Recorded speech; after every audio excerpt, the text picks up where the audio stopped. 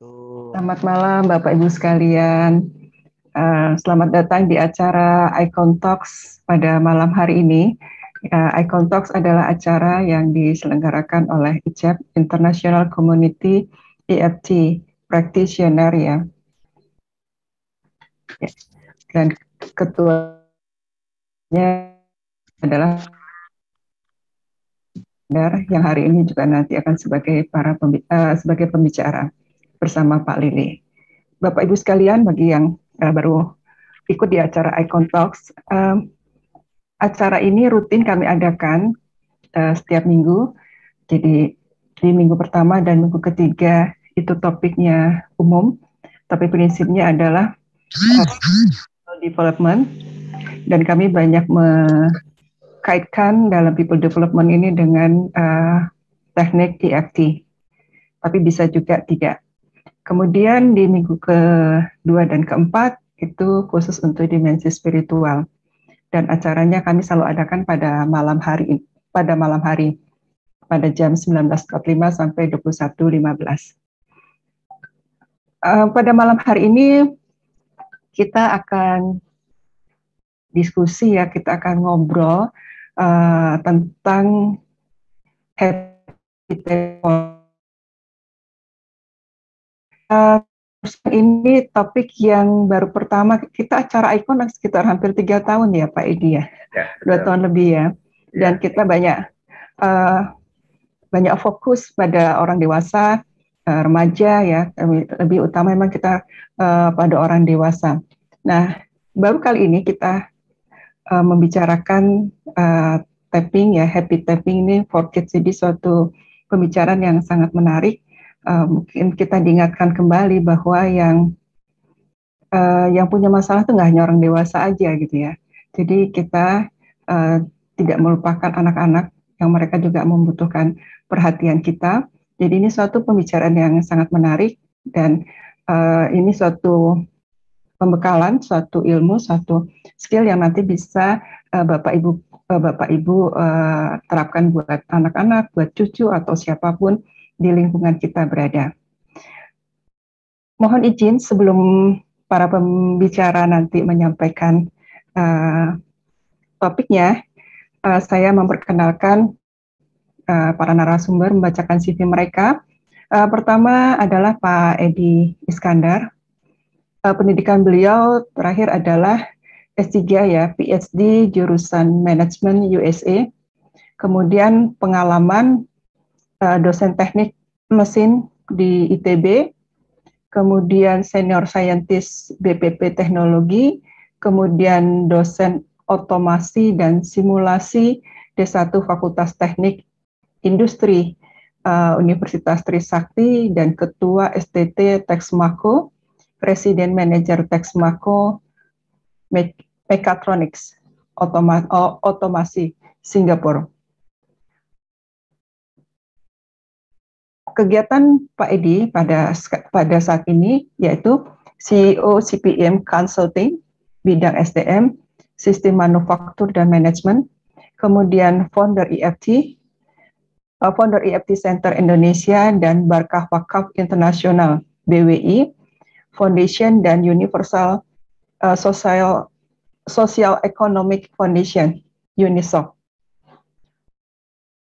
Beliau juga dosen pasca sarjana di beberapa universitas, kemudian Chairman ICEP, International Community for EFT Practitioner, dan founder beberapa asosiasi lainnya termasuk LLC, Life Learning Club. Ya. Kemudian Pak pembicara berikutnya adalah Pak Lili Kurniawan.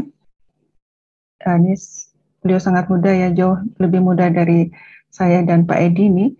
Seorang penulis, desain grafis, pegiat parenting dan brand aktivis ya, brand aktivis. Sejak 2001 aktif sebagai sociopreneur di www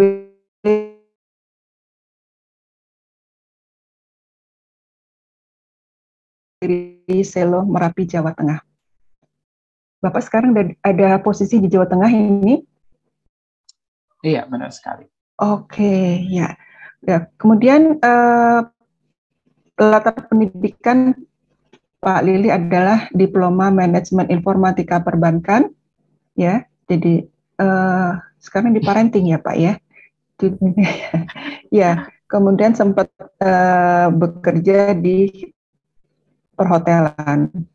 Kemudian pada saat ini mulai dari 2007 mengawali karya di bidang desain isi buku, kemudian sebagai supervisor promo offline dan online, kemudian pernah sebagai supervisor marketing, lalu manajer produksi di beberapa meriset produk dan membuat brand yang disukai pasar. Kemudian sebagai manajer buku digital, kemudian pengajar desain grafis, dan mulai tahun 2021 sebagai brand aktivis ya, tim konten dan marketing di Bogo Organik, sebuah platform penyedia beras organik. Pendampingan kelompok ibu-ibu homestay dan mandiri Selo Merapi, Jawa Tengah dalam pengolahan produk lokal. Produk beliau adalah penulis buku cilik Indonesia, sebuah produk buku cerita untuk anak dan ditulis oleh anak. Berhasil menduduki peringkat kedua dalam penjualan buku anak di seluruh toko modern. Jadi latar belakang pendidikan adalah informatika, ya, dan sempat bekerja di perhotelan, tapi banyak di dunia penulisan buku ya Pak ya. Iya. Kemudian sekarang sebagai brand aktivis, pengajar desain grafis juga, dan sekarang menggeluti dunia parenting, khususnya anak-anak dan ya. Baik, jadi Bapak Ibu sekalian, kita mendengarkan tentang Happy Tapping for Kids ini dari dua ahli yang sangat mumpuni ya. Jadi mari kita nikmati. Silahkan Pak Edi dan Pak Lili. Baik, terima kasih Dok Enda sudah dihantarkan untuk memulai acara pada malam hari ini. Sebelumnya saya sapa dulu ini sahabat-sahabat ya. Tadi udah ada Bu Nur, Pak Agus, Bu Mas Dudi, Pak Aryadi ya. Kemudian Bu Dami, Bu Lis juga ada ini. Bu Rika ya. Mungkin saya tidak bisa sebut satu-satu. Alhamdulillah kita jumpa lagi Bapak Ibu. Kita mulai dengan basmalah. Bismillahirrahmanirrahim. Assalamualaikum warahmatullahi wabarakatuh. Selamat malam dan salam sejahtera buat kita semua. Bapak Ibu yang berbahagia, tentu kita selalu mengawali setiap acara dengan mengucapkan Alhamdulillah wa syukurillah. Karena dengan segala puji bagi Allah, kita bisa berjumpa lagi dalam keadaan sehat, sukses, bahagia. Iya, bagaimana Bapak Ibu, apa kabarnya? Alhamdulillah, sehat, sukses, bahagia. Selalu saja suasananya menyenangkan ya. Dan juga tak lupa salawat dan salam kepada junjungan kita Nabi besar Muhammad Sallallahu Alaihi Wasallam. Bapak Ibu, untuk menyingkat waktu karena ini ada dua pembicara, saya nanti mengantarkan ya. Ini ada pembicara kita yang pertama kali tampil di Icon itu Mas Lili Kurniawan, dan nanti beliau ini akan lebih banyak bagaimana memberikan pola ajar yang menyenangkan ya. Sebelum kita nanti mendengarkan bagaimana beliau menulis buku dan membuat pengajaran yang menyenangkan, maka saya akan mengantarkan dulu tak lebih dari 15-20 menit ya, agar waktu kita tidak terlalu panjang. Baik Bapak Ibu, izinkan saya dulu untuk mute all agar nanti apabila ada yang mau baru masuk tidak akan mengganggu. Semoga sudah diterima atau belum ya untuk filenya. Kita ada share nanti filenya ya. Baik, tulis angka 1 apabila sudah terlihat di layar bahwa sudah nampak chattingnya angka 1 kalau nampak. Kalau belum angka 0. Apakah sudah nampak? Iya, terima kasih Bu Citra, Pak Marianto, Bu Rika ya sudah menjawab angka 1. Bu Rocky juga ada ya. Baik Bapak Ibu, jadi acara Icon Talks kita pada malam ini Happy Tapping for Kids. Saya mulai dari salah satu quote yang sangat terkenal ya, dan orangnya pun dengan wajah di mana lidahnya dijulurkan ya Dok Endah ya. Ini kita kenal sebagai Albert Einstein. Beliau katakan apa? Everyone is a genius. Setiap orang itu cerdas, ya. Nah, sekarang apa persoalannya? Dia katakan apa? If you judge a fish on its ability to climb a tree, it will live its whole life believing that it is stupid. Ya, jadi ada sedikit salah spelling di sini, stupid. Ya, jadi Bapak Ibu, apa yang dikatakan oleh Einstein ini tepat sekali, ya, karena Allah Subhanahu wa taala pun mengatakan, auzubillahi minasyaitonirrajim, laqad khalaqnal insana fi ahsani taqwim. Sungguhnya manusia itu sudah dibentuk, diciptakan dalam bentuk yang paling sempurna, ya. Apatah lagi soal kecerdasan. Jadi kalau kita kenal ada orang yang mentally retarded, itu bukan berarti mereka tidak cerdas, ya. Itu hanya butuh waktu bagaimana melakukan perubahan pada diri mereka. Disinilah kenapa malam hari ini kita bicara happy tapping, happy learning for kids, ya. Bagaimana anak-anak itu menjadikan pembelajaran dalam kehidupan ini sebelum dia dewasa itu menyenangkan. Baik, Bapak Ibu, sekarang apa saja agenda saya karena waktunya sangat singkat, hanya 15 menit. Saya akan masuk ke case study, ya, case study terhadap bagaimana anak yang kecilnya karena mempunyai suatu problema dari sisi pembelajaran yang dibentuk oleh lingkungannya, dan dewasa pun akan menghadapi masalah.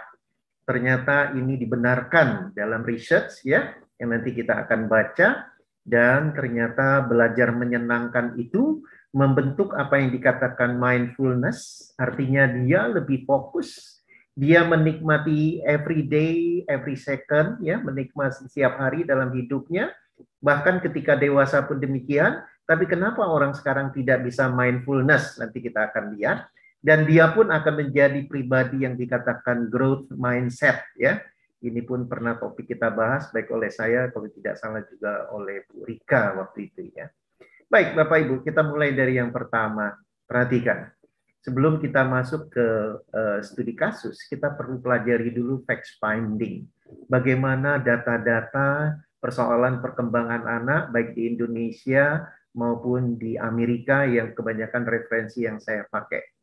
Ini ada dari APA, Association Psychology Amerika, ya, ataupun American Psychology Association. Dikatakan apa oleh mereka? Mereka katakan apa? Hampir sepertiga anak menderita stres, ya, berdampak secara fisik dalam bentuk bisa jadi sakit kepala, sakit perut, dan berbagai penyakit lainnya, bahkan bisa menuju ke penyakit fisik. Bahkan kalau kita bicara dalam penyakit mental, dia bisa ke psikotik, ya. Jadi penyakit mental yang berat, di mana itu sudah harus menggunakan obat-obatan, di samping seperti kita para praktisi EFT. Dan hari ini pun hadir, itu saya nampak tadi Ustadz Arif, ya. Beliau adalah salah seorang owner dan juga pengelola dari Panti Rehab di Bogor. Kemudian dari Stanford University, dia katakan apa? Jumlah anak usia 7-17 tahun itu menderita depresi lebih 2 kali lipat. Ketika data ini dibuat antara tahun 85 sampai 2001. Dan referensi yang terbarukan terus meningkat sampai sekarang, Bapak Ibu. Dan yang sangat mengerikan, ya, ini adalah dari Komisi Perlindungan Anak Indonesia, terutama di masa COVID kemarin, Bapak Ibu, dikatakan apa? Stres dengan belajar jarak jauh, di mana mereka menggunakan Zoom ataupun apapun bentuk pembelajaran jarak jauh. Ternyata 79,9% anak mengatakan apa? Mereka merasa tidak nyaman alias stres. Coba Bapak Ibu bayangkan fact finding seperti ini apabila kita masukkan kepada salah satu studi kasus, ya, kita katakanlah namanya Anna. Kalau di Amerika bisa jadi namanya Jenny, ya. Di Jawa bisa jadi namanya Astuti. Baik Bapak Ibu. Jadi Anna ini di dalam kasus yang saya pelajari dan juga ada juga beberapa klien saya, itu keluhannya tentu ketemunya itu ketika sudah dewasa. Keluhannya itu mah akut, ya, sakit perut, tangan berkeringat, gelisah, susah tidur, ya, yang kita katakan insomnia, beragam masalah, ya.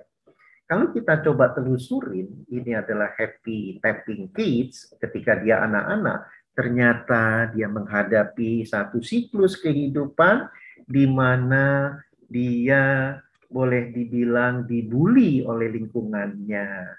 Ketika dia diminta oleh gurunya untuk tampil di depan kelas, dia ditertawakan, semenjak itu tubuhnya trembling ya, seolah-olah seperti kita itu apa ya, gugup, kemudian sampai gemeteran.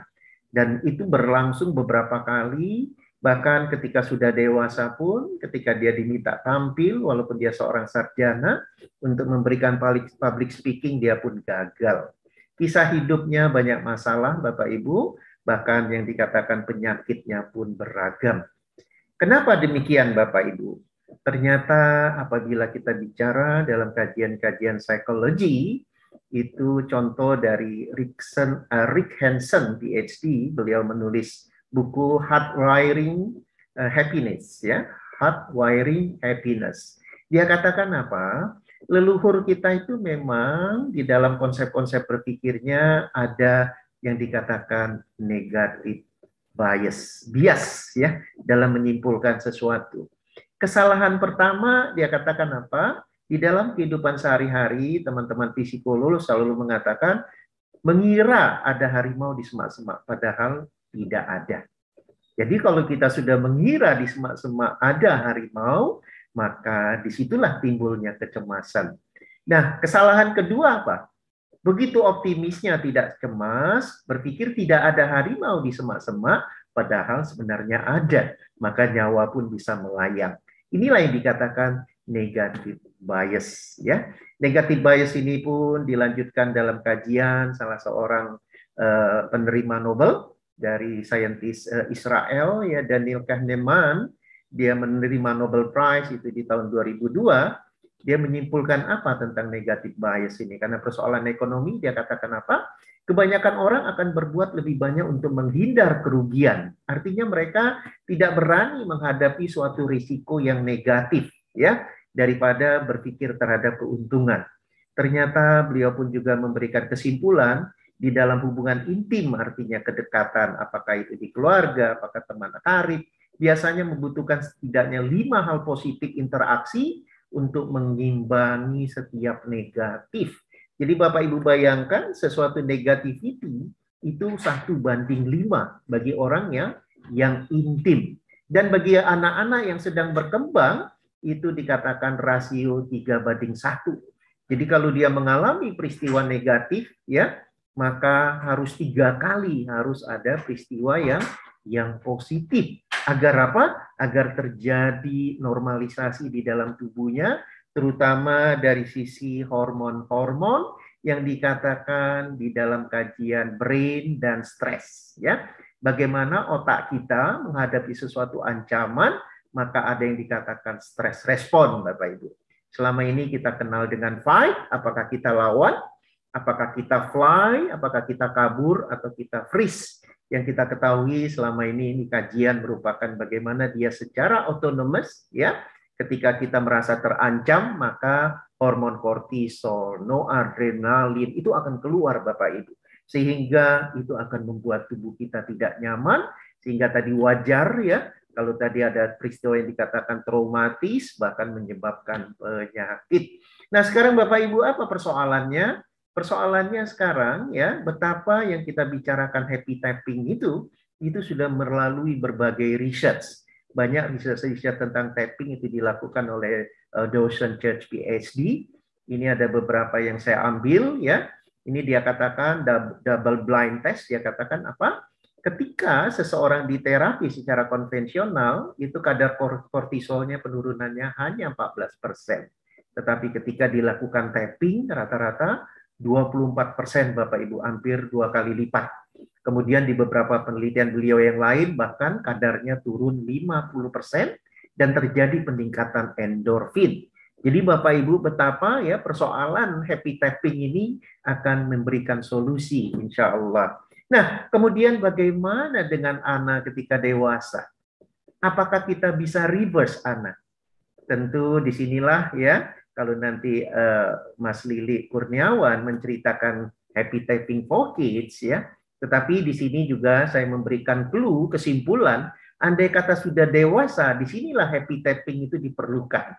Jadi bukan hanya happy typing for kids, tapi juga happy typing for adults ya. Agar apa? Terjadi yang dikatakan konsolidasi. Nah, sekarang kenapa kita perlu happy typing for kids? Di dalam kajiannya, Bapak Ibu, ketika anak-anak itu belajar dengan suasana menyenangkan, disinilah yang di kalangan dewasa mengatakan mindfulness, ya. Mereka menjadi fokus, mereka menjadi enjoy pada every second di dalam hidup mereka. Apabila mereka tidak punya masalah trauma tadi, ada yang 1:5, agar hilang traumanya 1:3, ya, pada waktu masa pertumbuhannya. Karena apa? Ketika kita bicara mindfulness, Bapak Ibu, ini secara definisi umum dikatakan apa? Disiplin mengarahkan perhatian kita ataupun Anda dengan sengaja. Jadi dia ini jadi sifatnya tidak lagi bicara autopilot. Kalau kita bicara selama ini, kalau kita bicara subconscious mind, kita perlu melakukan program ulang. Salah satunya dengan EFT apabila negatif, maka pelengkap ya program ulang ini itu adalah mindfulness. Bagaimana di sini adalah dengan sengaja, self awareness ya. Dan dengan sengaja seperti apa? Untuk merasakan bahagia pada saat ini, the living of now. Ya, menikmati setiap detik. Agar apa? Mulai dari penerimaan diri dan bagaimana dia ketika hidup di dunia ini, Bapak Ibu. Apabila orang sejak kecil sudah fun learning, mindfulness, maka dewasanya pun tidak ada kendala. Inilah yang di dalam kajian dari Dr. Carroll ya, di dalam bukunya yang mengkaji tentang growth mindset. Apa itu growth mindset? Pola pikir seseorang yang memahami bahwa kemampuan ataupun bakat yang dimiliki sejak kecil ya, itu dia percaya bahwa bakat itu bisa terus dikembangkan, dapat dengan bekerja keras dan dedikasi, sehingga mereka terus belajar ya. Bahkan kalau kita bicara dalam hadis itu, kita belajar sampai akhir hayat. Jadi semua di sini kalau Bapak Ibu lihat ya, kesimpulan dari growth mindset itu semua positif. I can learn from my mistake ya, positif, akan bisa belajar dari kesalahan. Tapi kalau orang fix, itu bisa menjadi persoalan yang dikatakan mental block. I can improve by working hard. Improvement, ya, I can.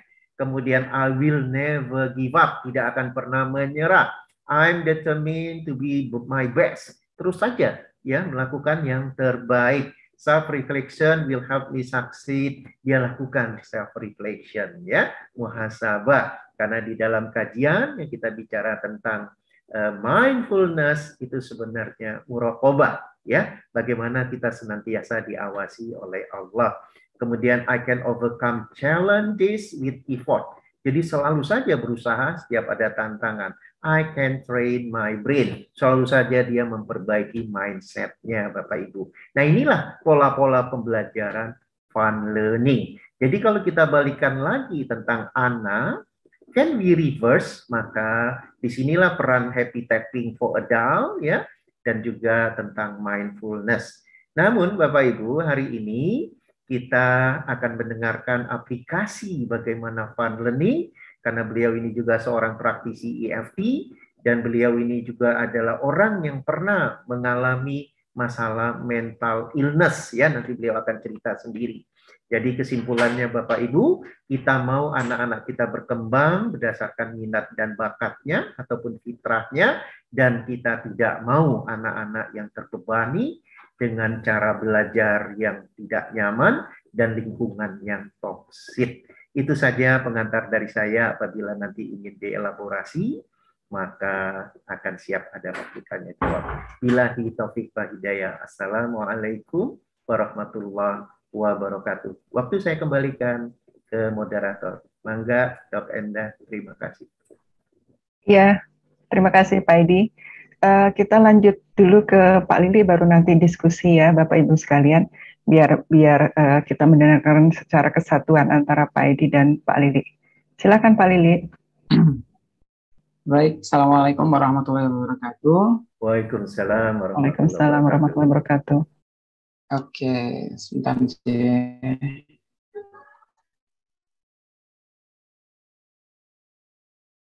Makasih sekali waktunya buat saya untuk sedikit memberikan cerita pada malam hari ini, terutama kepada Pak Edi ya, luar biasa, luar biasa.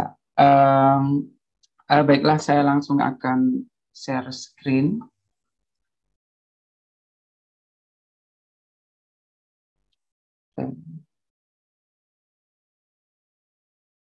Bisa dilihat Bapak Ibu? Ya, jelas sekali Pak. Jelas Pak Lili. Oke. Happy Tapping for Kids sebenarnya apa sih? Dan pertama saya ucapkan terima kasih kepada teman-teman yang sudah bergabung. Saya ini sebenarnya anak kecil yang baru belajar IAB, tapi diberikan kesempatan yang luar biasa kepada dari Pak Edi kemarin. Oke. Kenapa sih anak begitu ya? Why kids gitu? Karena saya rasa kita punya cinta dan keresahan yang sama ya kepada anak kita. Cinta kita punya, keresahan juga kita punya. Karena apa? Anak saya itu termasuk gen Z. Boleh dibilang gen alpha ya. Saya punya 2 anak, yang pertama mau naik kelas 6, yang kedua adalah mau naik kelas 2. Nah, PR kita di sini Bapak Ibu. Jadi anak yang lahir 27 tahun ke sini, ini merupakan tantangan terbesar buat kita. Karena 75 juta jiwa kita selalu baca data ya. Dari 273 sekian jumlah penduduk Indonesia, means 27,9% ini mereka adalah termasuk generasi Z. Nah, apa ciri-cirinya? Tentu tahu, they breathe with technology. Jadi mereka napas saja udah teknologi kan. Kayak Kaito itu anak saya itu ya memang harus ada pembatasan screen dan lain sebagainya. Tapi kita nggak bisa denial ya. They breathe with technology. Kemudian mereka lebih cerdas, lebih kritis, lebih mandiri, lebih bisa menerima perbedaan bahkan budaya. Open mind banget. Rumah saya itu di perumahan. Kalau anak-anak kecil ngobrol seusia Kaito dan teman-teman ada sekitar 5-6 itu, ini ngomongnya kok sudah kayak orang yang sudah dewasa gitu. Tapi ya itu, fakta gitu. Tapi ada juga kekurangan, bukan kekurangan ya, tapi kehati-hatian yang harus kita put a very big attention kepada anak-anak Gen Z. Kemungkinan kalau tidak dididik dengan baik, mereka akan lack of ID, mereka akan krisis identitas, belief mereka juga harus kita jaga. Goals-nya apa? Mereka kelak punya value apa enggak? Banyak anak-anak Gen Z yang labil secara emosi, itu fakta. Banyak yang ambisius, ngejar konten, dan lain sebagainya. Itu fakta juga, dan lain sebagainya. Why kids? Ya, cinta dan keresahan. Yang kedua, nah ini saya sedikit mau cerita before kita talking about happy tapping kids. Kenapa saya mencetuskan ide happy tapping aja ya gitu sama teman. Ada Mbak Fakih Anissa yang berada di sini juga. Why kids? Karena juga my kids ini Bapak Ibu ini gambaran Kaira ketika tahun 2019. Ini aku sayang TV, ada gunung, ini karena Gunung Merapi Merbabu. Karena kita sering main ke Selo, homestay-nya enak Bapak Ibu. Boleh mampir. Ini 2019 April. Ini pas saya lagi sakit-sakitnya gitu. Jadi 2019 Maret saya ya dikasih Allah itu sesuatu yang di luar ekspektasi gitu. Dimana saya itu baru mau beranjak usaha tapi dikasih Allah sakit yang luar biasa gitu. Akhir Maret gitu. Ya kayak apa ya? Dunia udah nggak ada bagi saya. Dunia udah nggak ada bagi saya. Saya jatuh, ceritanya singkatnya itu mau maghrib, saya mau mandi gitu, tiba-tiba saya kolaps, nggak ingat apapun. Nah, kemudian saya dibawa ke rumah sakit dengan kondisi yang I cannot control myself gitu ya, nangis, teriak dan lain sebagainya, sampai heran tetangga gitu ya. Ini jadi ada apa gitu? Kemudian saya ada di rumah sakit, kemudian saya di EEG, ternyata gelombangnya luar biasa, tidak menyenangkan gitu kata dokter saya. Dan dokter bilang cuma besok setelah sembuh saya temani ya. Saya nggak tahu ditemani macam apa nih gitu, karena saya juga nggak tahu sebenarnya apa yang terjadi pada diri saya sendiri. Kemudian beberapa waktu saya kembali kontrol, badan saya yang saya rasakan itu sakit semua. Dada nyeri, nggak bisa jalan jauh, kemudian if I think, jadi ketika saya berpikir agak sedikit kencang aja itu kayak sensasi kesetrum dari semua badan, dari kepala sampai kaki, dan saya cuma bisa menangis gitu. Aku nggak tahu idenya ini apa, I have no idea buat ini kenapa ya gitu. And back again, saya ke rumah sakit, ketemu dokter lagi, saya dirujuk ke dokter dalam, kemudian saya di USG, EKG dan sebagainya. Saya normal gitu, I'm normal person. Tapi kenapa saya sakit gitu? Ternyata dokter memberitahukan bahwa saya kena psikosomatik dan bla bla bla gitu. Ya udah, akhirnya saya berjuang. Kemudian ini gambar saya ini dikirim anak saya. Anak saya itu sore hari pas lepas Bada Asar di Sikairani, bertepatan kita lagi tidur bareng gitu, dia nangis gitu ya. Ada apa kak gitu? Kakak lapar gitu? Enggak. Kakak sakit? Enggak gitu. Terus kakak apa gitu? Dia cuma bilang gini, Bapak Ibu, aku mau pipi sembuh gitu. Dan that was the moment yang buat saya itu, Masya Allah ya, itu luar biasa, membuat saya, jika aku berdiam diri gitu dan saya nggak sembuh dengan segala kondisi fisik dan mental yang saya alami, akan jadi apa nih Kaira sama Kaito. Kemudian saya, ya udahlah, I have to do something gitu. Kemudian saya ke dokter lagi, ya udah dok, saya pasrah, what I have to do gitu. Kemudian saya kenal dengan psikiatri, pengobatan lah, bla bla bla lah. Saya diajari dengan CBT, kemudian dikenalkan dengan mindfulness. Kemudian waktu berjalan setelah 2 tahun pengobatan, 2001 saya ikut salah satu acara psikolog dari Jakarta di Solo gitu ya. Dan disitulah saya ketemu dengan EFT, dengan sebenarnya mau shout out kepada Mas Heri, cuman Mas Heri lagi ada tidak bisa gabung malam hari ini. Jadi saya dikenalkan dengan Mas Heri Susilo, apa itu EFT. And then kemudian saya masih denial, masa bisa di tapping ketuk-ketuk bisa nyembuhin luka batin, masa iya sih gitu. Itu masih ketemu dengan Mas Heri, kemudian Januari 2001 saya dipertemukan lagi dalam acara, ya udah aku ikut acaramu Mas gitu. Masih denial juga gitu. Nah pada suatu ketika saya akhirnya gini, jika saya nggak sembuh menyembuhkan secara mental saya, secara fisik saya, gimana saya menyembuhkan orang lain gitu, gimana saya membahagiakan anak, gimana saya membahagiakan istri. Karena kemarin di psikiater itu saya kena disorder itu banyak banget, nggak cuma illness-nya itu bermacam-macam dari A, B, C sampai Z gitu. Ada depresi berulang, saya jujur aja ya di sini ya, saya depresi berulang, ada histrionik. Histrionik itu apa, nanti di searching sendiri atau next kita ngobrol. Kemudian ada masa kecil saya yang sering dibully lah, banyak banget peristiwa yang akhirnya mengendap di subconscious gitu. Ya udah, saya harus do something, saya harus berdaya gitu. Dan alhamdulillah saya diberi kesempatan kepada kenalan dengan EFT pada waktu 2001, before saya kena COVID di 2000 Juli. Kemudian saya ikut praktisi 2 kelas, kemudian oh iya ya, ternyata EFT itu enak, ternyata I can heal myself gitu. Jadi aku nggak tergantung lagi obat, but I can do gitu dengan meditasi, dengan ini, dengan itu.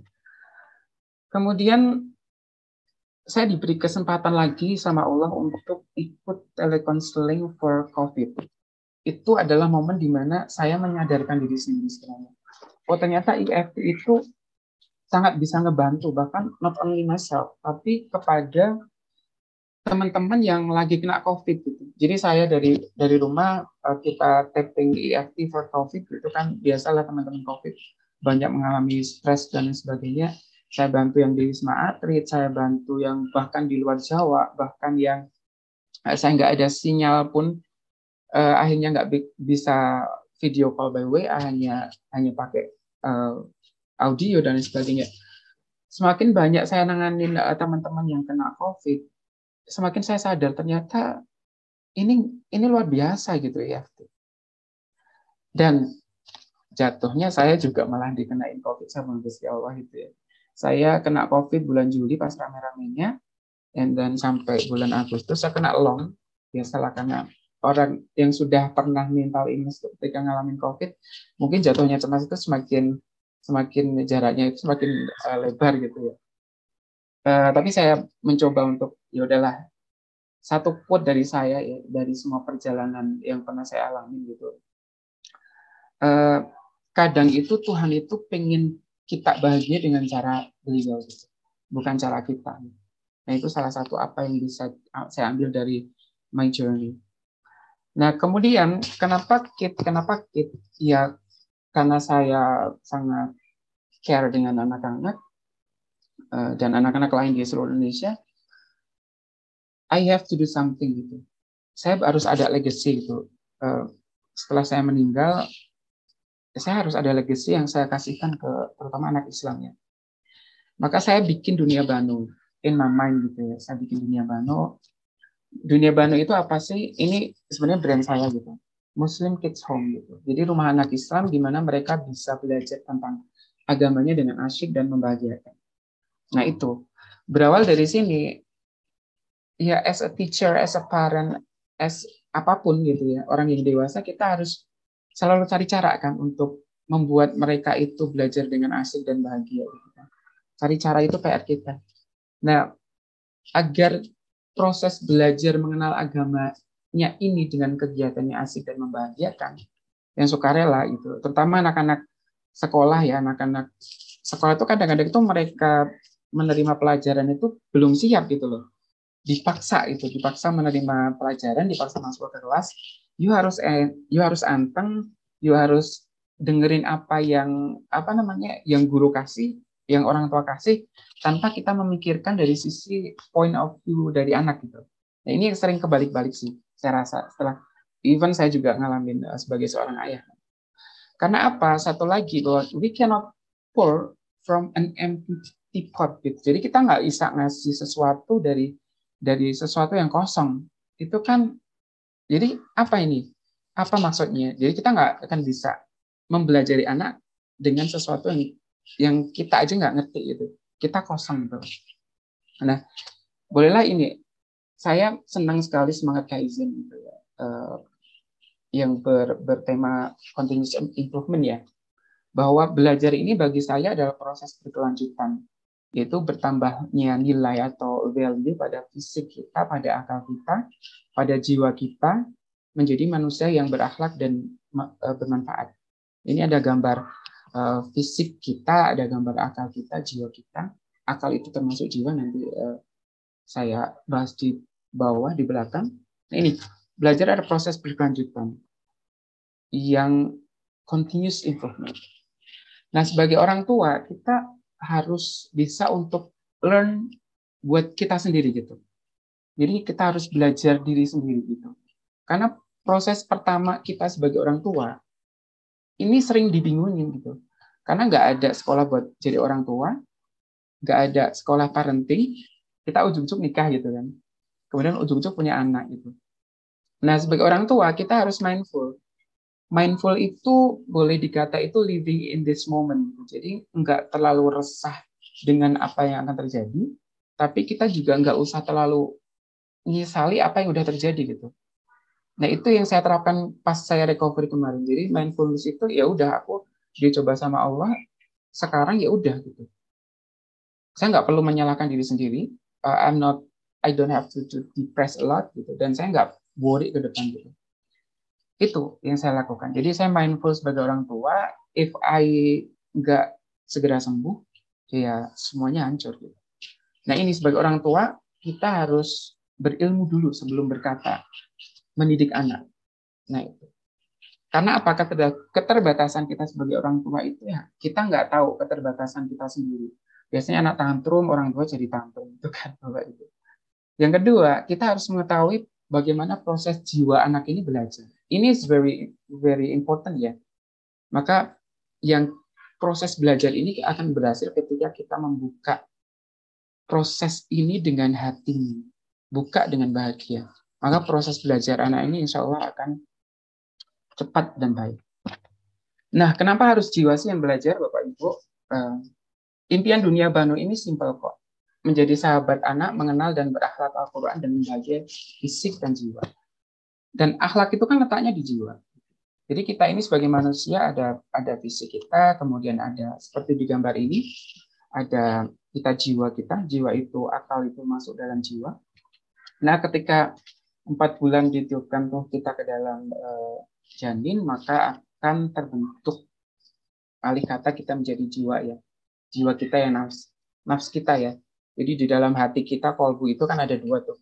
Ada yang fujur, ada yang nafsu, kemudian ada yang takwa. Kemudian baru kita olah ke akal kita, kayak gitu. Dan fisik kita juga butuh nutrisi halal. Sebagai orang tua kita harus kasih makan anak dengan barang yang halal. Kemudian akal otak kita ini, jadi akal kita ini, otak kita ini butuh nutrisi juga berupa belajar yang nanti akan melahirkan adab. Dan jiwa kita itu butuh ibadah gitu. Nah, makanya saya ambil poin di buku ngaji. Nah, ini. Jadi inti kehidupan kita itu sebenarnya kan hati. Kata Bimbo kan hati adalah cermin tempat pahala dan dosa berpadu itu Bapak Ibu. Nah ini adalah gambaran dari brain fat kita, brain fat anak, bahwasanya firstly kita itu harus berselancar nih pada mesin akal anak itu. Kita harus tahu sebagai orang tua, sebagai guru, bahwa ada sangat-sangat luar biasa Allah ciptakan otak yang dititipkan pada tubuh kita. Iya, brain fat-nya adalah janin usia 4-6 bulan, pertumbuhan sel otak mencapai puncak lah, ketika lahir akan 25% berat otaknya dan lain sebagainya. Ini bisa dibaca ya, nanti bisa saya share untuk meningkat waktu.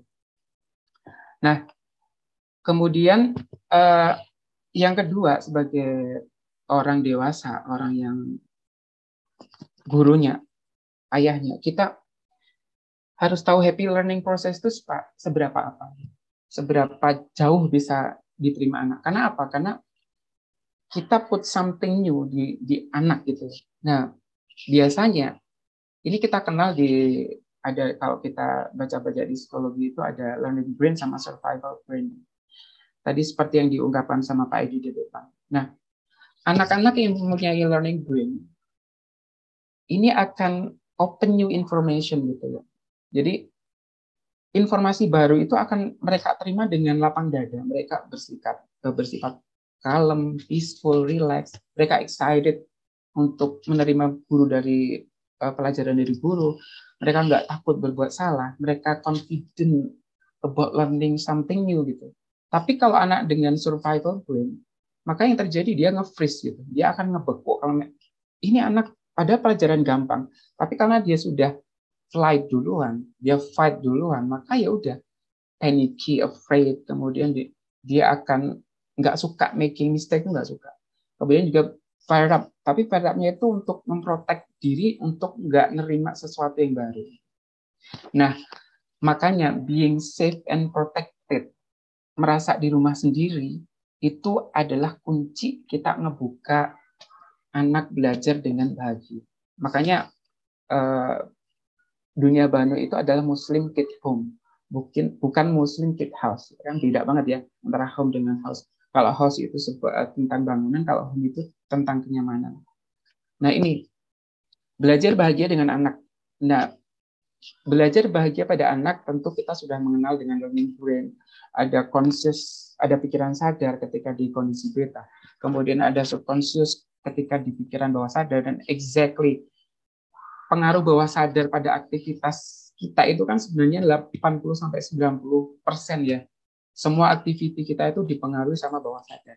Nah, ini yang sering enggak kita tahu gitu sebagai guru, sebagai orang tua, tentang powerful-nya alam bawah sadar. Dan anak itu ketika akan belajar dengan bahagia itu ketika critical area mereka itu terbuka, dan jadi batas antara conscious dan subconscious ada namanya critical area. Maka ketika kita tancapkan sesuatu, misalnya kita bikin anak suka ngaji gitu, belajar A, bata sama bawah fa itu langsung akan, insya Allah akan nancap gitu langsung ke subconscious. Karena apa? Kita bawainnya dengan bahagia.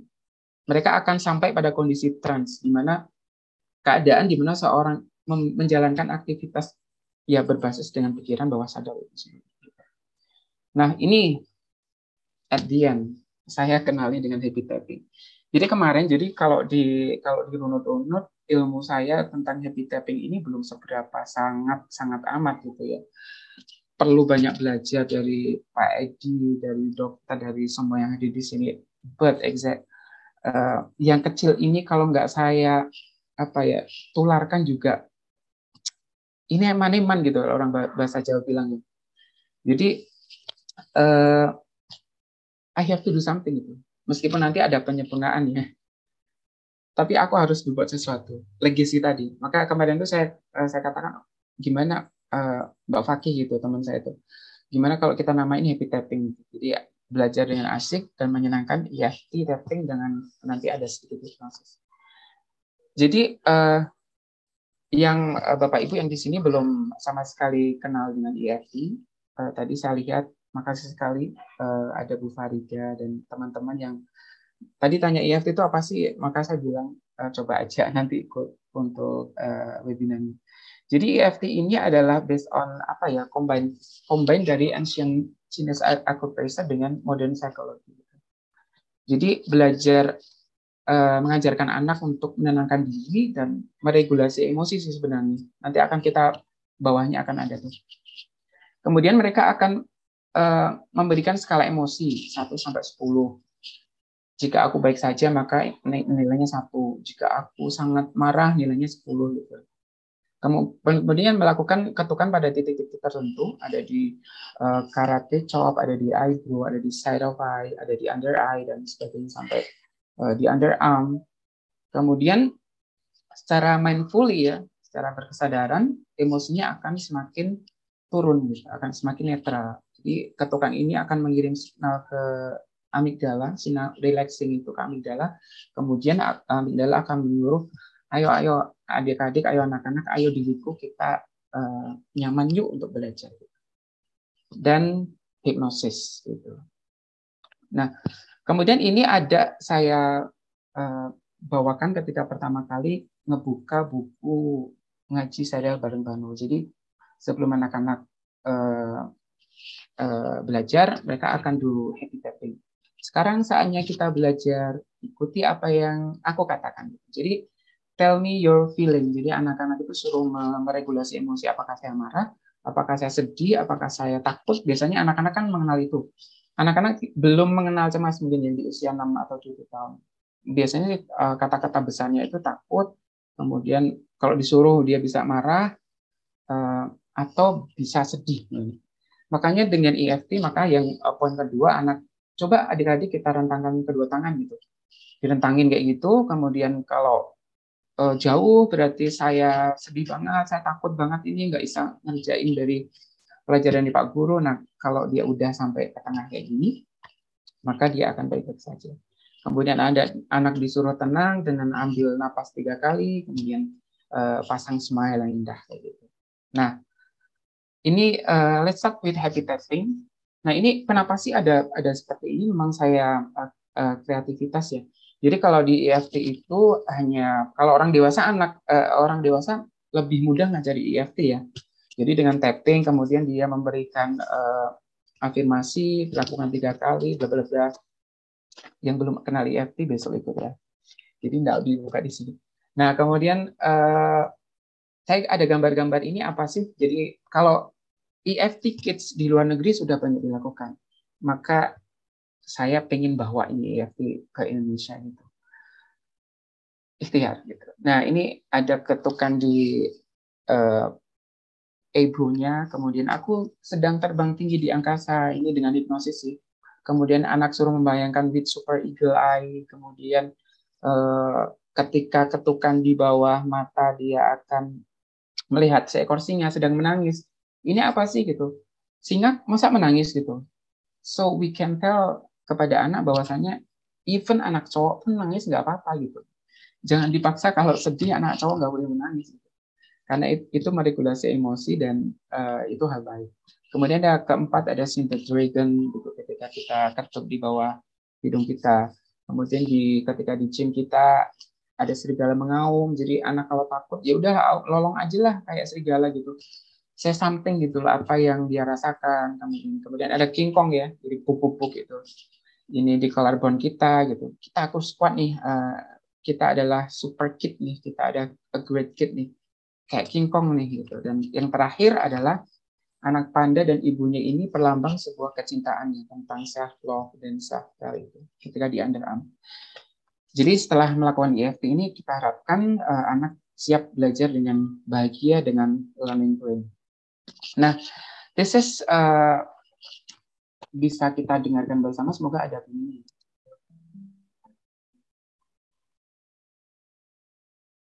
I am a happy kid, you are happy kid, they are happy kids, we are happy kids. Ini sambil karate chop ya. Kadang aku takut, kadang aku sedih, I am a super kid. I'm flying in the sky, di atas hutan lebat, alangkah indahnya, Allahu Akbar. Kulihat air terjun, sungai yang membentang, banyak ikan berenang, I am a super eagle.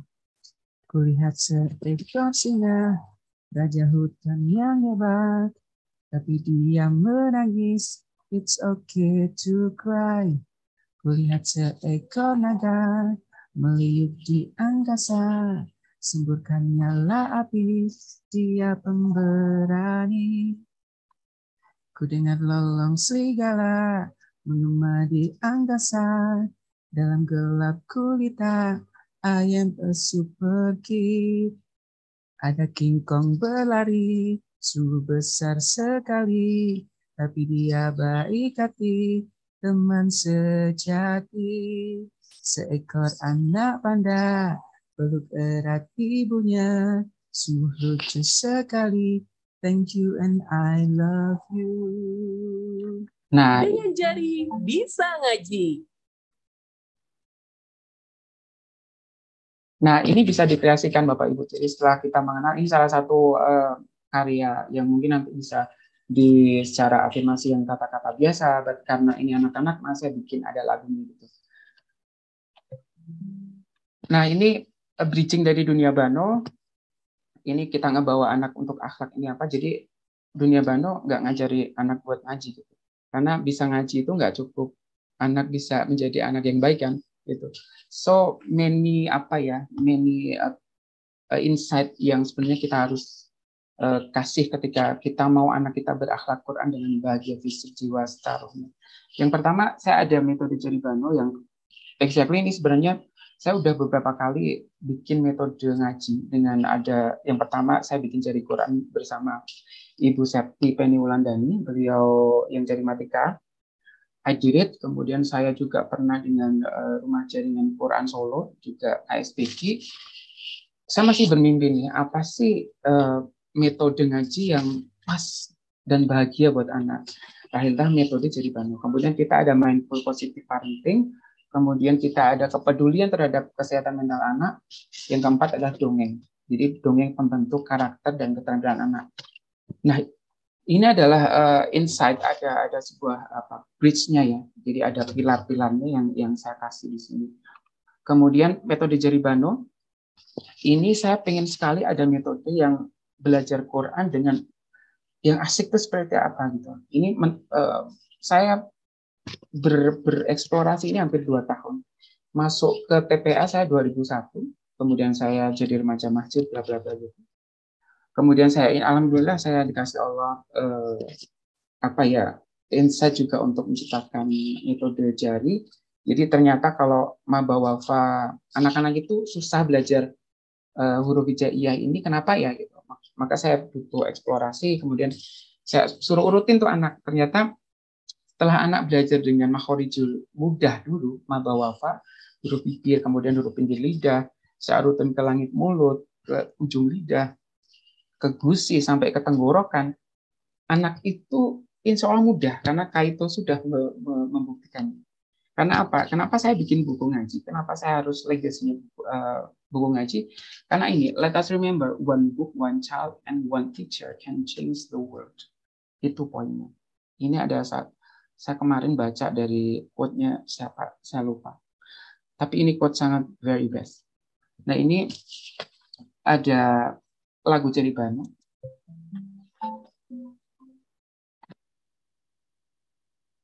Maba wafa huruf bibir, lanaro pinggir lidah, tadato langit mulut, sazaso ujung lidah, sadado huruf gusi, yajasya tengah lidah, o dan ka huruf tekak, huruf do tepi lidah, tenggorokan ada 6, aha, ha, dan algofong. Dengan jari bisa ngaji.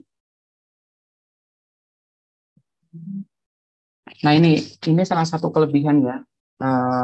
Ada permainan edukatif berupa sarung tangan, kemudian ternyata dengan jari ini belajar tajwid menjadi sangat mudah. Jadi anak-anak itu ketika belajar ini kelingking, kemudian kelingking kiri sama jari manis ini ternyata adalah idhar.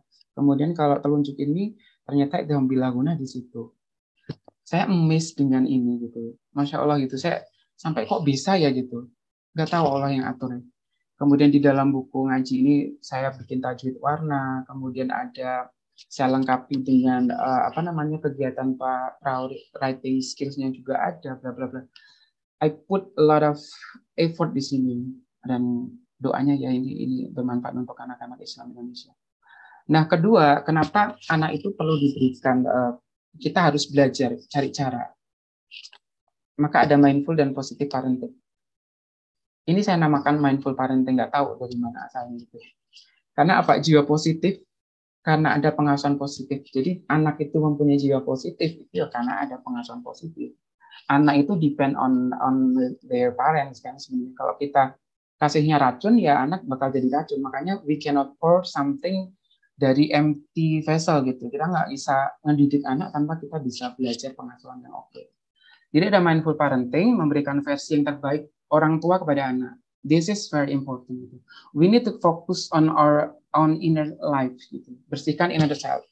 Bapak Ibu, speaking tentang inner child, saya punya inner child yang sangat very very bad. Gitu. Jadi saya kecil itu saya di sekolah satu sekolah sama bapak. Bapak saya adalah guru. Kemudian dari kelas 1 saya selalu diberikan tugas sebagai ketua kelas, and then kelas 3 sampai 4 itu bapak melimpah ke SMP di kota. Saya kayak ditinggal sendiri gitu di SD. Di situ saya masih diberikan limpahan tugas pemimpin upacara lah, inilah. Sampai SMP saya terus ada di depan, kemudian SMA di depan, kemudian kuliah di depan, di masyarakat di depan, dan saya meledosnya di Maret 2019. Sebenarnya I can handle. Jadi saya lebih ke people pleaser, nggak pernah mentingin saya ini lagi ngapa, emosi saya seperti apa. I throw it all the way gitu. Dan positive parenting itu pola pengasuhan yang based on kasih sayang ya, mendepankan kepentingan anak lah. Manfaat positive parenting bisa kita searching bahwa bisa bangun bonding, optimalkan tumbuh kembang anak, cegah perilaku dari penyimpangan perilaku menyimpang seperti banyak sekali ya. Apalagi tadi Pak Edi sudah menyinggung tentang daring membuat 70% anak cemas, that's true. Kita mengenalkan kesepakatan bukan hukuman gitu. Dan untuk parenting saya belajar udah lama banget di keluarga kita, miliknya Mbak Najila Shihab ya gitu. Dan saya dengan parenting yang positif, saya sangat berterima kasih sekali. Back onto gambar yang dibuat Kaira tadi, saya berpikir jika saya nggak menerapkan parenting positif kepada anak saya, dan anak saya nggak akan mungkin ngirim gambar itu, ngebuat gambar itu ke saya. Ketika saya sakit.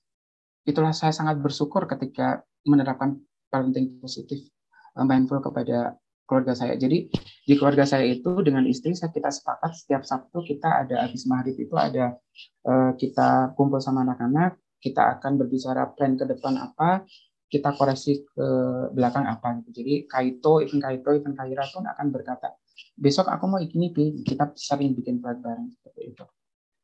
Kemudian sedikit mau akhir ini gejala penyakit mental pada anak, waspada ya.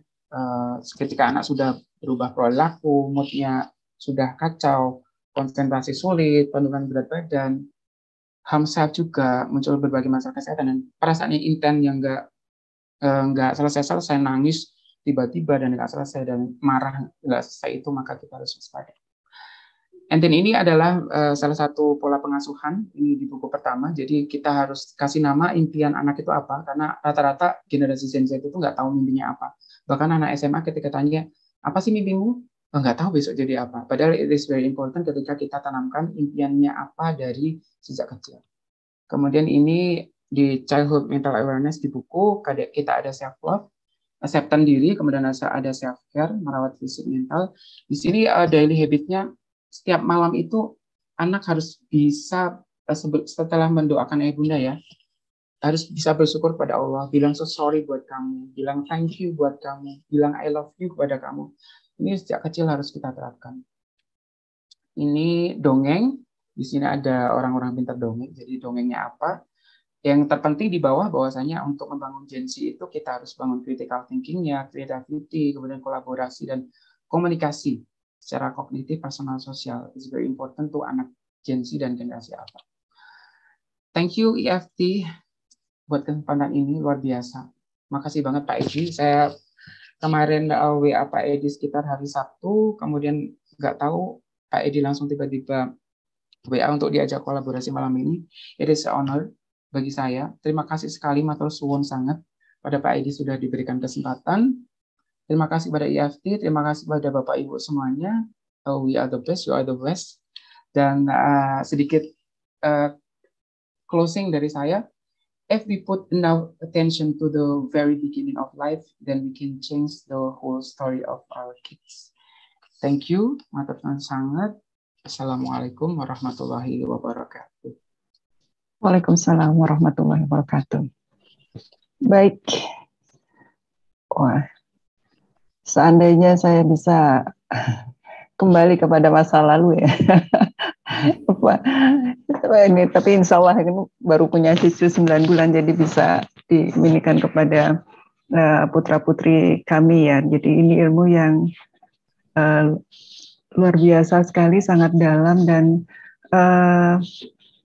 mudah diaplikasikan ya Pak. Jadi bagaimana ilmu yang kalau orang dewasa tuh kalau ilmu aslinya dari Amerika tuh kan Pak Edi ngasih gitu ya, itu kan kita orang dewasa gampang. Nah sekarang bagaimana ilmu yang ada ini sedemikian rupa diolah, dianalisa dan bisa diimplementasikan kepada anak-anak. Ini suatu inovasi yang luar biasa ya Pak Lili. Jadi sangat visioner, inovatif, kreatif. Itu kesimpulan awal dari saya. Luar biasa. Bapak Ibu sekalian, saya buka diskusinya. Silahkan, dan ini suatu kesempatan yang luar biasa buat kita saling tukar pikiran. Silakan. Untuk di chat saya lihat belum ada yang bertanya. Sebentar, Bu. Oh ini Bu Rizka ya, Masya Allah. Parenting luar biasa, bersyukur, alhamdulillah bersyukur dapat ilmu parenting ini. Terima kasih Pak Lili, Pak Edi. Ya, sama-sama Bu Rika. Silakan Bapak Ibu, present. Bu Nurita, silakan Bu Nurita.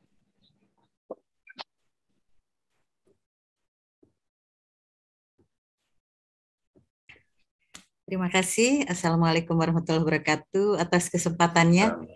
Ini menarik sekali dari tadi penjelasan Pak Edi dan Pak Lili. Sekarang kayaknya saya yang harus belajar ini. Karena Pak Edi, selama saya menangani anak-anak, saya begitu bingung bagaimana cara menyampaikan kepada anak-anak. Jadi anaknya saya suruh main, orang tuanya yang saya terapi.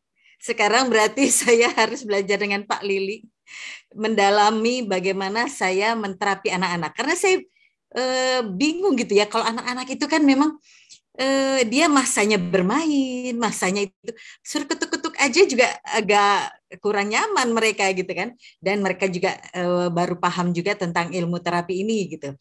Nah, jadi yang saya temui sekarang ini bagaimana saya itu terlalu konsen juga kepada orang tua justru gitu kan. Ternyata di balik itu yang Pak Lili sebutkan satu persatu itu sangat menarik sekali dan saya harus belajar ini gitu ya, bagaimana menangani anak pada saat orang tua membawa anaknya, saya bisa menerapi anaknya, saya juga bisa menerapi orang tuanya gitu kan. Jadi biar ada tekniknya. Kalau untuk anak saya sendiri, saya setuju dengan yang Pak Lili katakan tadi, banyaknya kita menyarankan kepada anak adalah akhlak. Ternyata itu mempermudah saya untuk mengajak anak-anak melakukan sesuatu kebaikan gitu, ketimbang saya mengajarkan mereka dunia ilmu dunia ya seperti matematika, IPA, IPS saya tidak pernah mengajarkan mereka. Nah, yang saya juga baru ini kan ke anak saya itu mereka typing itu dimanfaatkan untuk menyemangati belajar mereka. Misalnya mereka mau mendapatkan juara, mereka mau mendapatkan nilai bagus gitu ya. Termasuk anak saya yang kuliah itu bagaimana orang mengatakan ujian ini susah, tapi dia bantu dengan typing setelah dia belajar ya. Setelah dia belajar, dia yakini dirinya bahwa dia sambil typing, bahwa dia akan lulus ujian itu. Ternyata alhamdulillah. Nah, yang saya inginkan saat ini Pak Lili kayaknya nggak bisa hanya satu kali nih nanti gitu kan. Pak Lili harus mengajarkan kita-kita nih para praktisi untuk bagaimana sekarang karena hampir rata-rata dari praktisi mengatakan sulit memberikan ilmu ini kepada anak-anak mereka. Gimana kepada anak orang gitu ya. Nah, kalau saya kebetulan karena mereka melihat keseharian saya melakukan typing gitu kan, mereka ikut. Tapi kalau anak orang ternyata saya belum bisa melakukan. Termasuk cucu saya sendiri, kalau mereka sakit saya tidak typing. Sampai anak saya bilang, Umi kan tadi Umi habis terapi klien, kok anak saya yang sakit nggak diterapi, tapi saya terapi ibu bapaknya, ternyata anaknya sembuh gitu kan. Nah itu, terima kasih Pak Lili, Pak Edi atas ilmunya malam ini luar biasa. Assalamualaikum warahmatullahi wabarakatuh. Waalaikumsalam warahmatullahi wabarakatuh. Silakan Pak Lili, apakah langsung satu-satu atau kita dengarkan juga Bu Farida? Langsung saja Bu. Oh, silakan.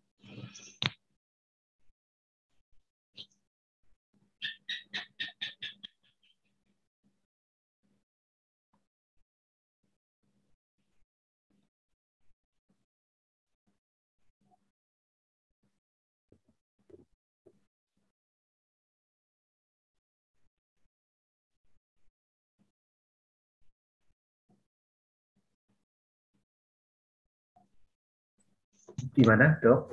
Apa ditanggapi langsung oleh Mas Lili atau gimana? Langsung, silahkan. Tadi saya ada ini kan. Oke. Saya juga masih belajar dulu. Jadi, mari kita sama-sama. Jadi, ini adalah hal baru bagi saya juga.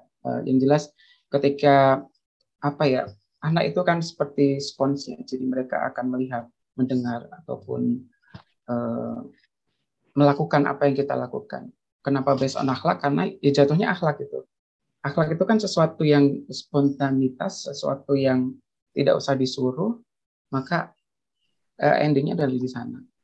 Nah, kenapa sih, terutama Kaito ya, anak saya nomor 1 itu sering meditasi, karena melihat saya meditasi. Dan ketika saya ada tapping, oh ternyata enak ya Bu ya, yuk tapping gitu, dan sebagainya. Jadi,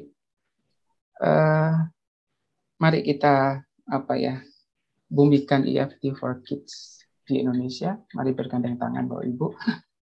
Saya harus masih belajar dari Pak Edi gitu. dan teman-teman semuanya. Demikian, Ibu. Oke, baik, kita ke Bu Farida Nur. Silakan Bu Farida. Di sini minimal berapa usia bisa di tapping, Pak? Bu Farida, silakan sampaikan langsung. Cukup di chat, Kak? Oh iya, terima kasih atas waktunya. Itu yang jadi pertanyaan saya tadi, saya tuliskan di chat itu apakah ada batas usianya gitu kan, karena anak-anak itu kan yang masih berada di bawah usia 2 tahun itu kan belum bisa bicara gitu. Misalnya anak nggak mau makan atau ya ada sakit perut, tapi kan itu anak itu belum bisa ngomong gitu apa yang dia rasakan gitu. Apakah ada batas usianya atau anak itu diam aja kita kemudian melakukan gerakan tapping itu tanpa sepengetahuan anak, apakah itu juga berefek? Demikian pertanyaan saya. Terima kasih. Sama-sama Bu Farida. Silakan dijawab Pak Lili. Oke, kalau di serial ngaji bareng Bano yang saya bawakan ini, kita kan usia tiga itu sudah, kalau di dalam perkembangan itu kalau 3 tahun kan sudah bisa say something ya, meregulasi emosi gitu. Lah untuk happy tapping ini, meskipun nanti belum anak ya sambil nyanyi itu kan anak akan menikmati gitu, yang kita harapkan bersama. Jadi sambil nyanyi, meskipun mereka belum paham sebenarnya apa sih, tapi dengan melakukan ketukan ini mereka akan relax kayak gitu. Dan mungkin Pak Edi yang akan lebih bisa menjelaskan untuk batas usia tepatnya ya. Tapi di serial ngaji bareng Bandung ini kita bisa ajarkan dari kelas usia 3 sampai ke atas. Seperti itu, Ibu. 3 sampai berapa Pak usianya yang diajarkan di Bandung? Di Bandung mulai dari 3 tahun, jadi anak yang sudah bisa ya mengikuti kegiatan pramenulis, jadi sebelum membaca ya, belum membaca menulis itu sudah bisa ikutkan. Tapi kebanyakan di sini adalah kita usia TK, PAUD TK itu sudah sangat bisa mengerti, bisa mengikuti. Jadi usia sekitar 5, 4, 5 itu ke sana sudah oke. Ya, oke. Oke, mungkin tadi melanjutkan Bu Farida ya Pak. Itu anak-anak tadi tuh sambil yang tadi nyanyi itu ya? Iya, benar sekali. Itu sambil gitu terus gitu. Setiap mereka masuk kelas itu seperti itu. Oke. Jadi udah menanamkan ini ya. Self care dengan anak-anak sendiri. Ya.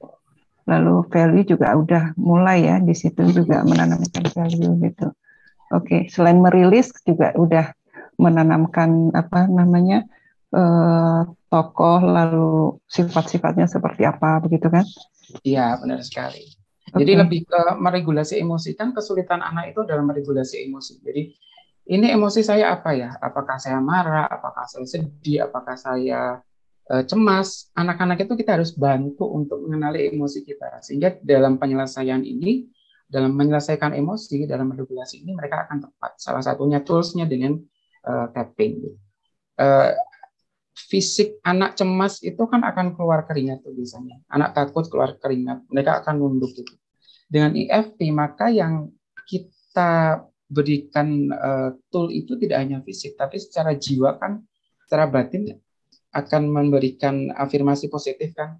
Jadi jatuhnya lagi ketukan langsung ke amigdala, langsung ke bagian otak, dan emosi pun akan ada. Insya Allah seperti itu. Dan ini memang harus dipraktekin juga. Jadi kita benar-benar harus praktek dengan anak. Oke, Pak, tadi kan Pak anak-anak itu kan nggak ngomong ya, dia takut, dia sedih, gitu kan nggak ngomong ya. Nah pengalaman Bapak begitu mereka setiap hari tapping begitu, ada perubahan-perubahan apa yang bermakna? Katakanlah si Ani gitu ya, yang tadinya dia suka menunduk gitu kan, nggak banyak ngomong gitu. Nah setelah diamati dengan dia selalu bertapping gitu, ada pengamatan apa yang bermakna? Pengamatan yang bermakna. Jadi anak itu kalau kita ajari tapping.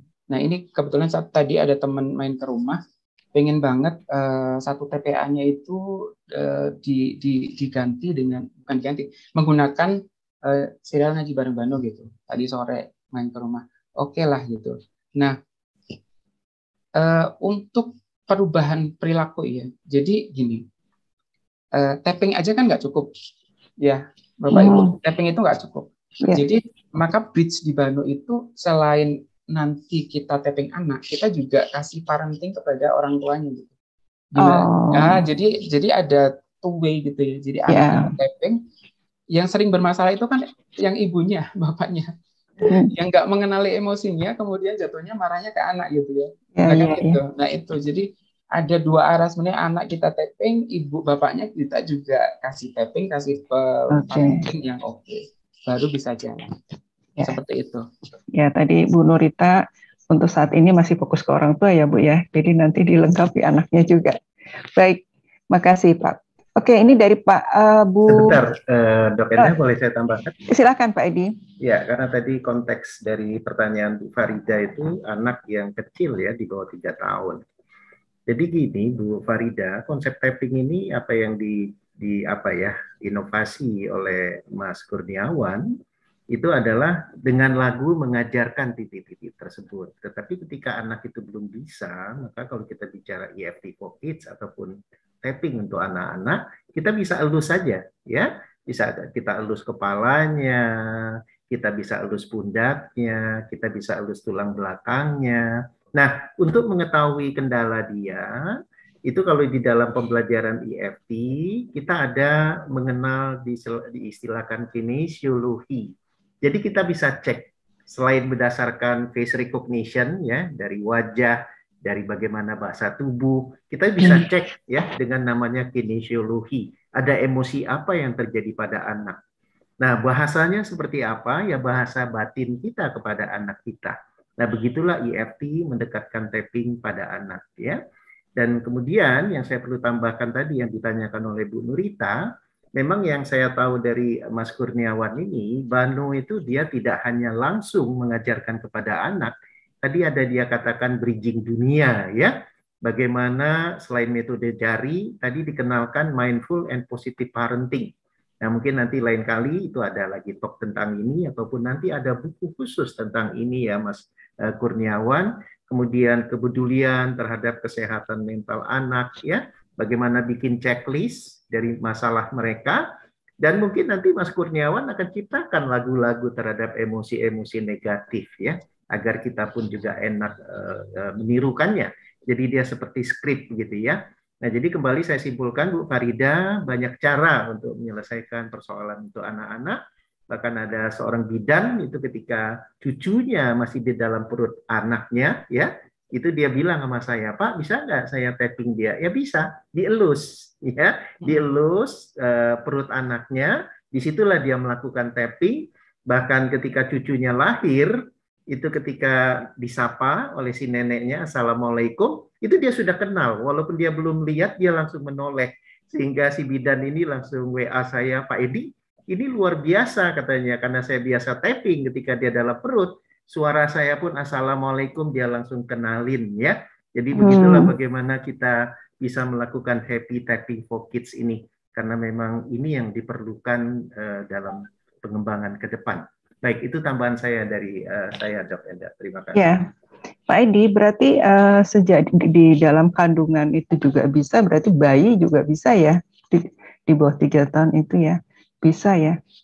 Tadi dengan mengelus. Ya, betul, Dok. Ya, betul. Punggungnya, kemudian ini semua itu bisa dilakukan ya. Ya. Selama ini apabila bayi ya pengen tapping kita lakukan seperti itu. Ya, jadi sifatnya tidak diajarkan seperti Mas Banu tadi ya. Bukan Mas Banu, namanya Mas Lili Kurniawan. Itu Banu itu adalah brandnya dia ya. Nah, jadi kembali lagi ke Bu Farida tadi ataupun kayak Dok Enda sekarang punya cucu ya. Nah, itu tappingnya elus kepalanya ya. Kalau untuk tahu bagaimana masalah dia, kita gunakan tangan orang lain untuk mengecek kinesiologi atau kita pegang, kita menggunakan self kinesiologi.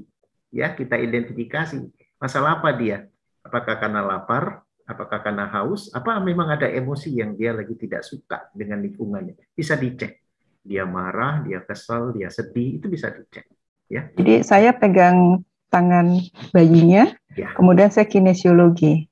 Jadi gini, kalau kita melakukan kinesiologi kepada orang lain, berarti orang lain memegang bayi, tangan orang lain itu yang kita kinesiologi. Tetapi kalau kita ingin langsung, kita pegang dia, kita menggunakan self kinesiologi. Ya, kita langsung mengatakan siapa nama si baby ini. Misalnya namanya Amir, saya Amir. Ketika Amir itu sudah licin, maka kita udah koneksi sebagai Amir. Oh, Amir sedang apa nih masalahnya? Nah, itu bisa dicek dengan kinesiologi. Begitu. Oke. Ya. Nah, itu baru setelah kita bisa identifikasi, lalu kita tapping. Ya, disesuaikan persoalannya apa dan diselesaikan, insya Allah begitu. Ya. Ya. Yang di tapping sayanya apa bayinya kan? Bayinya dielus saja ya. Tapi jadi untuk tidak, identifikasi tadi identifikasi bisa dengan kinesiologi. Di samping tadi ada secara tadi bahasa tubuh kan kita udah bicara tentang body language ya. Cuma body language bayi kita tidak gambarkan. Ya. Baik. Makasih Pak Edi. Kemudian ini ada dari Bu Fakih Anissa. Mohon izin menambahkan untuk praktiknya pada anak-anak TK dan SD memang sudah bisa diajak tapping bersama. Namun memang kuncinya ada kenyamanan berkomunikasi dalam berinteraksi antara praktisi dengan anak-anak. Ya, terima kasih Bu Fakih Anissa. Ya, kemudian menambahkan Bu, ini Bu Fakih ini adalah satu tim saya. Oh iya, Bu Fakih ya. Dan beliau kita untuk Banu kita sudah progres itu kita untuk tapping untuk teman-teman tuli. Nah, ke depan kita ada Banu. Insya Allah kemarin kita sudah hubungi rumah zakat, pengen banget Banu ini digunakan sama teman-teman tuli. Nah, insya Allah ke depan akan lebih banyak berguna untuk teman-teman di luar sana. Ya, barakallah Pak. Baik, kemudian dari Pak Kukuh Budiarto, sebelum anak bisa memahami bahasa tapping, kami biasa menggunakan loving kindness. Ya, Pak Kukuh, bisa dijelaskan Pak?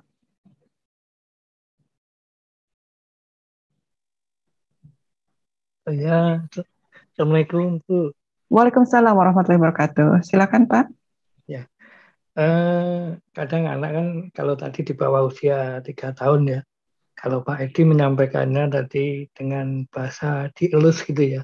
Jadi kami biasanya memeluk anak dari belakang. Jadi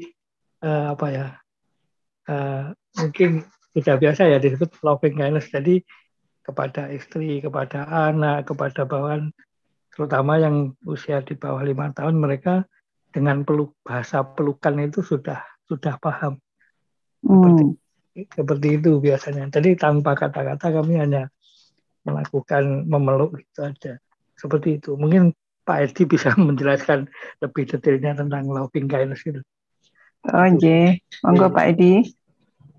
Ya, terima kasih Pak Kuku. Loving kindness itu memang bentuk lain dari pola EFT ya. Kalau pola EFT tadi memang melakukan sentuhan seperti mengelus. Loving itu hanya kita mendekap, tapi bahasa batin kita yang berbicara.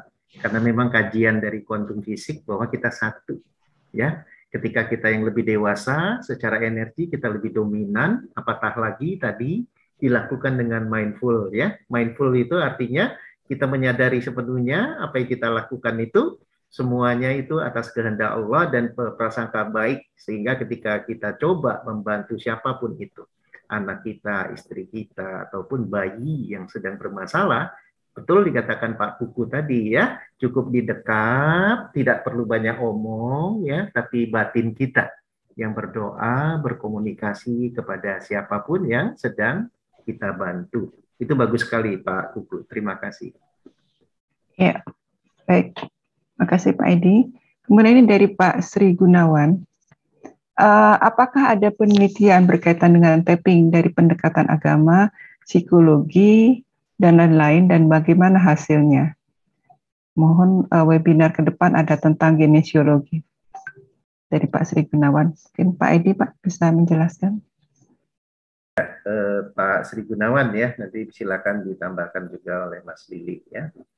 Jadi memang di dalam kajiannya banyak sekali Pak, biasanya itu kita bahas di kelas ya.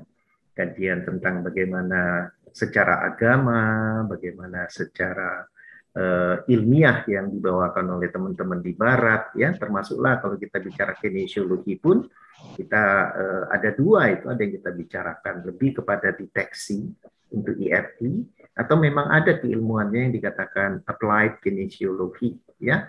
Jadi memang panjang sekali ceritanya, Pak, kalau kita bicara tentang kajian ini.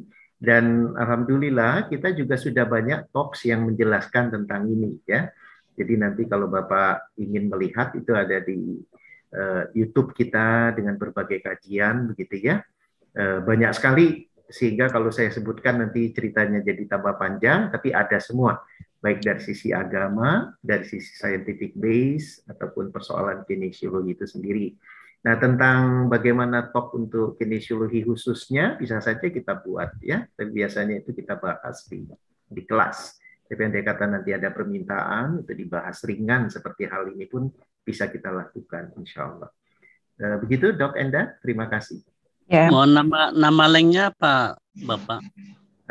YouTube-nya itu masih pakai nama saya ya, YouTube Edi Iskandar. Nanti kita baru ganti menjadi Icep nanti ya. Oh, jadi baik, YouTube-nya itu YouTube Edi Iskandar, itu sudah kumpulan icon talk dari 2 tahun yang lalu. Ya, Bapak tinggal cari topik-topiknya yang menarik ya, termasuk kalau kita bicara kajian-kajian itu ada I'm the placebo ya, tentang placebo effect. Kemudian the supernatural, banyak sekali kajiannya, Pak. Jadi sangat lengkap ya, bahkan juga Dok Enda juga sudah menambahkan kajian dari tentang epigenetika ya, kemudian neuroplasticity, banyak sekali Pak kajiannya Pak. Bahkan kalau kita bicara dalam konteks ya kita nanti menuju ke mindfulness itu kan selalu yang kita jadikan satu tagline itu kan sabar, syukur, ikhlas, pasrah. Itu pun sudah kita kaji, karena itu akhirnya sangat identik dengan hormon sehat dose ya, dopamin, oksitosin, serotonin, dan endorfin. Itu pun sudah ada kajiannya semua Pak. Ada, itu tinggal dipilih topik-topiknya Pak. Baik. Maaf sedikit Pak. Kalau kaitannya dengan tadi misalnya ada anak yang cenderung marah, anak cenderung cengeng, itu apakah pendekatannya beda-beda Pak kaitannya dengan typing tadi? Ya, gimana Dok? Langsung saya jawab. Ya, silakan Pak. Ya, di dalam ilmu EFT Pak, itu kita akan tetap cari akar masalah ya, itu dengan ada istilahnya pohon emosi. Dari situ kita akan dekati ya, persoalannya satu-satu kita akan kupas dan insya Allah kita selesaikan. Rata-rata persoalan untuk anak itu cepat ya, asalkan memang tadi dari orang tuanya itu memang sudah mempunyai pribadi yang betul-betul siap untuk menerima kondisi apapun. Jadi kalau kita sendiri juga belum siap untuk menerima kondisi anak apapun, nah itu yang biasanya secara energi level itu kurang baik ya. Itu kenapa praktisi itu memang dia harus melakukan peace personal prosedur ya, dan sambil membantu yang lain. Tadi pun sudah dikisahkan oleh Mas Kurniawan bahwa ketika beliau ikut program telekonseling, justru dia lebih banyak lagi mendapatkan pelajaran dari klien ya. Sehingga boleh jadi tadinya dia tidak begitu yakin dengan EFT, agak skeptis, tapi ketika dia banyak membantu orang dan betul-betul dengan ketulusan, itu membuat dia jauh lebih meningkat ya, keinginan dia untuk berbagi.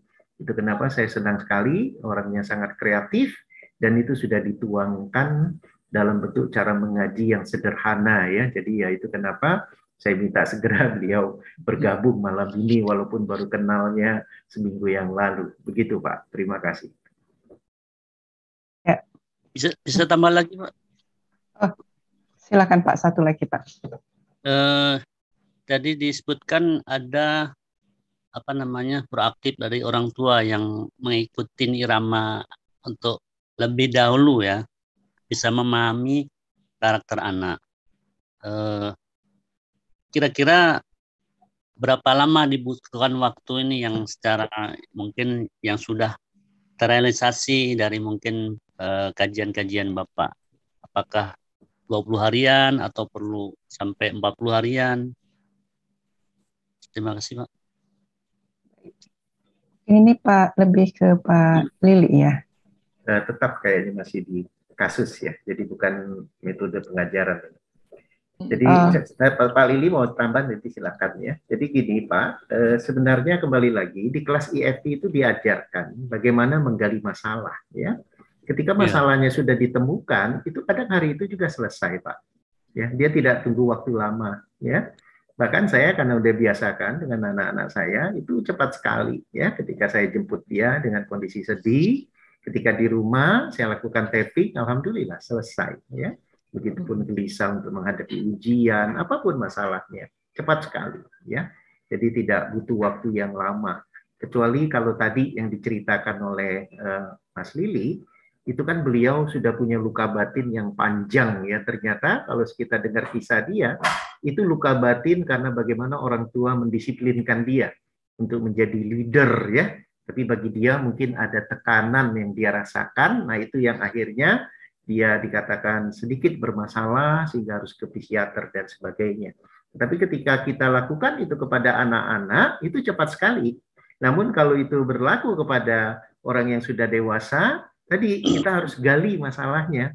Bahkan di sini ada kasus ya yang saya tangani di panti rehabnya Ustadz Arif ya. Itu dia sudah sampai di panti rehab ya, dan sudah dengan pengobatan macam-macam karena dia punya fobia sosial. Tapi alhamdulillah ketika saya lakukan sekali terapi, itu terjadi perubahan. Walaupun dia sudah mengalami persoalan itu udah tahunan dengan berbagai pendekatan ya. Tetapi alhamdulillah Allah kasih kemudahan, saya sekali terapi, itu berhasil Pak. Walaupun tetap recovery-nya itu perlu dilatih ya, karena itu di rumah rehab. Sampai dia sekarang sudah kembali menjadi mahasiswi. Begitu Pak, jadi kembali ke kasusnya.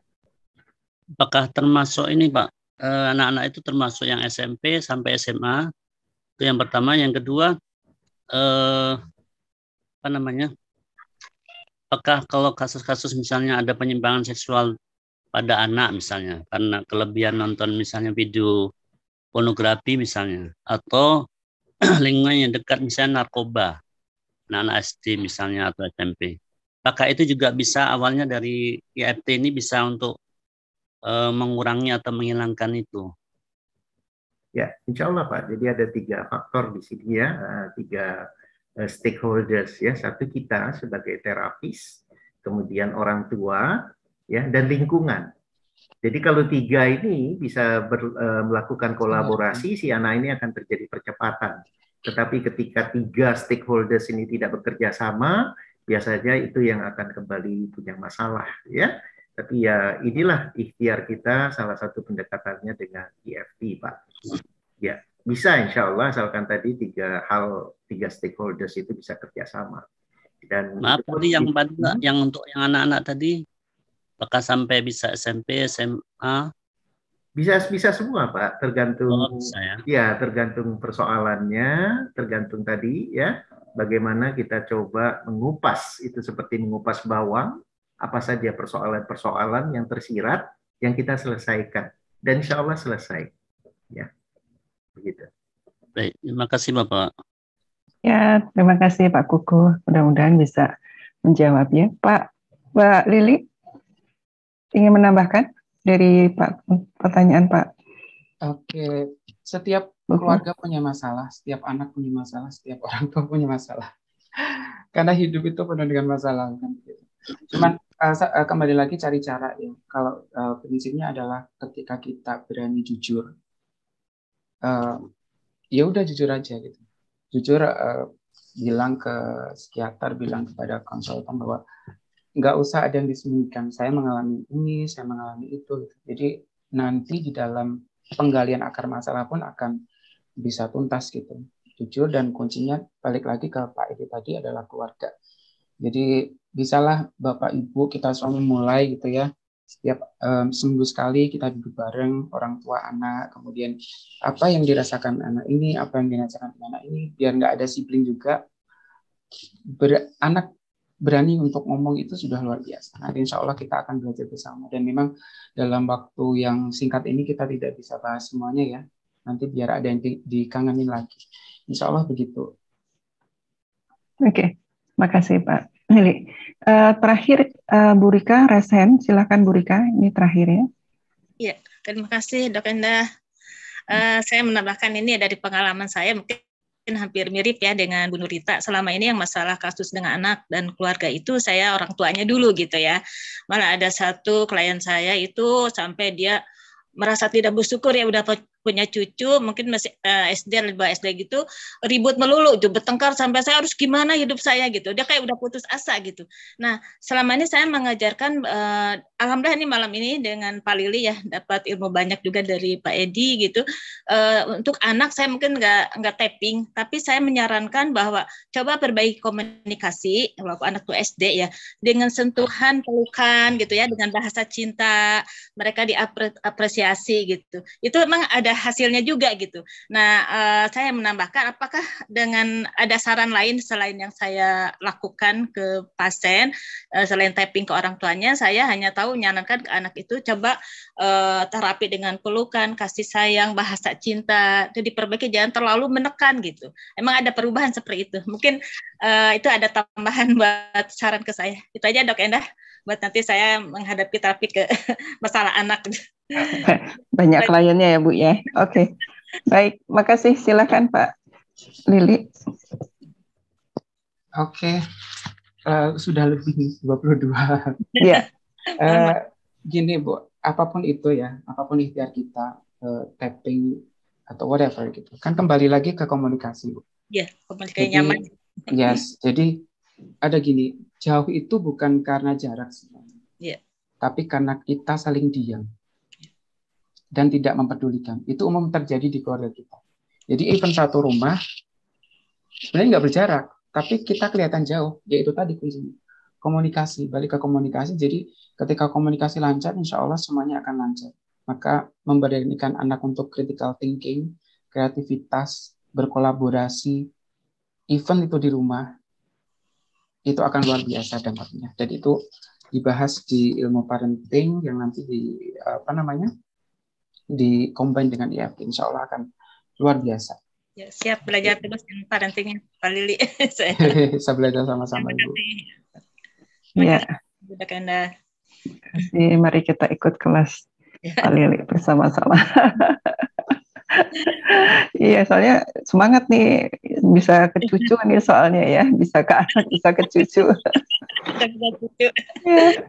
Baik, Bapak Ibu sekalian, karena waktu jua ya yang kita mengakhiri diskusi kita pada malam hari ini. Baik, jadi kita saya aja terus terang tadi di awal di EFT baru dengar sekali nih buat anak-anak, jadi insight semangat sekali untuk bisa hadir di sini dan alhamdulillah menerima banyak ilmu. Baik, Pak Edi dan Pak Lili, mungkin dari Pak Edi bisa closing statement, Pak. Ya, baik, terima kasih Dok. Bapak Ibu yang berbahagia, jadi ketika bicara happy tapping ya, itu ada 3 hal yang perlu kita perhatikan. Yang pertama dari diri kita sendiri, makanya ada istilah mindfulness ya. Jadi tadi juga ada yang chatting. Mindfulness itu kita menghadirkan, itulah bicara bahasa hati ya. Tidak bisa kita komunikasi hanya dengan mulut ya, hanya dengan tindakan begitu ya. Nah, yang kedua, ya ketika bicara parenting, maka perlu pengetahuan. Tadi sudah dikatakan dalam quote-nya Mas Lili ya. Artinya bagaimana kita dengan ilmu maka kita akan bisa ya memberikan teladan, pembelajaran dan selanjutnya.